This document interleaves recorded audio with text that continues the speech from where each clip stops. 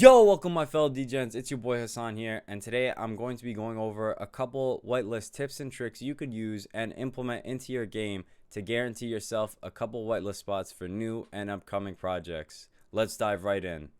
So method number one for whitelist is just grinding it out, honestly. Depending on the Discord, obviously, there's different requirements such as levels, invites, or just being an engaged member, but most, if you see, are just levels and invites, or just levels or just invites. But one thing I know that I could tell you is being early is definitely a key factor. Like, for example, some Discords, like if you're first 5,000, it'll be like 10 invites. And then once it goes up to like 50,000, they'll up the requirements for whitelist. So it'll be like level 5 and 20 invites. So being early is definitely an important factor, and it'll help a lot. But just grinding it out is what you could do for the first method. So the second method is just engaging with the community. A lot of Discords do this now just to build an authentic community. And hapebeast is the best example. You basically saw a lot of people just having genuine conversations, and whatever channels it may be. A lot of them that I gravitated towards was the gym and wellness, and gaming and NFTs as well. But another thing in hapebeast that I learned is being able to distinguish yourself and make your voice and profile picture known to you. So when people notice the profile picture or your name, they know, oh my god, it's him or her, whoever it is. And a lot that I've seen is people that host karaoke's, they have quizzes, they host tournaments for certain games, or they just have like a sit down and talk. A lot of those people, they're able to, like I said, distinguish themselves and make it be known, and they are basically bringing the community together and gravitating people towards one another with certain like topics, like I mentioned before, that could be anything. But definitely keep that in the back of your mind. If you're in a Discord and you want to bring people together, think of something all you could do together, whether it be, like I mentioned, a game tournament, a quiz, trivia, whatever it could be. So the third method is basically sitting in voice chats. I got this from CryptoGorilla, so shout out to him. And I basically implemented it into MTG, More Than Gamers. If you guys heard of that, no comment, but it honestly helped a lot. I just sat in there probably like 4 days for like anywhere from like 4 to 6 hours each day. And I was able to chop it up with one of the mods. One of the mods was really cool. His name is Bobini. Shout out to Bobini. But I just got a random DM from him saying like I got nominated for his whitelist. So just sitting in voice chats, chopping it up with the community, with the mods, whoever's in there. Like the owner of MTG joined in a couple times, and we were talking with him. He was a pretty cool dude. But definitely sitting in voice chats. Like right now, it's really saturated, so a lot of people just go in there to mess around and troll others. But if you're in there like in certain times, or you're early in a project and you're sitting in voice chats, you definitely can meet a lot of cool people. And if you heard of OXH, it's an alpha group created by one of the mods from hapebeast. His name is Toonsy.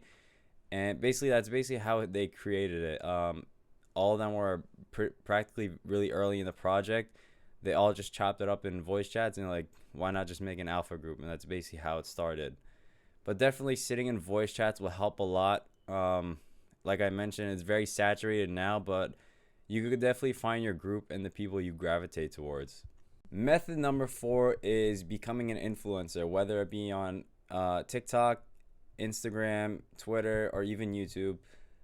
A lot of projects really like to see influencers engaging with their community, and they also see this as a marketing tactic.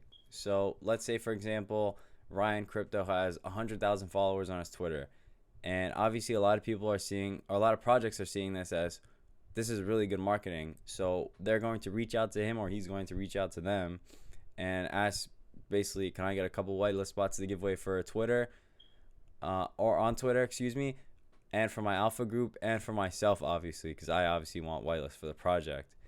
And that's practically one of the easiest ways, because like I mentioned, the project wants easy marketing, and they'll do anything they can just to get their name out there. And this is practically word of mouth. Word of mouth, as you know, is the best way to market any sort of product or service. Method number 5 is being in alpha groups. Alpha groups definitely help a lot with acquiring whitelists, especially whoever the owner is of the alpha group. For example, if you own any passes from any influencer, they could acquire any whitelist for any project practically and basically distribute it within the alpha group. I'm very fortunate to be in Nikki G's Discord, and I won a Funkles whitelist spot in his Discord, so I'm very grateful for him and that opportunity. So last and final method is basically holding a project that will be used as a launch pad on other projects to get whitelists. So an example here is the Approving Bone. The co-founder of Tasty Bones basically announced that whoever is a holder of this is basically guaranteed 1 mint, aka a whitelist spot, for the Tasty Bones project. And as you see here, it basically skyrocketed after that announcement. Another example is Small Brains. Small Brains was used as a launch pad for all the other projects with the small name, aka Small Bodies. And another example is Doge Pound.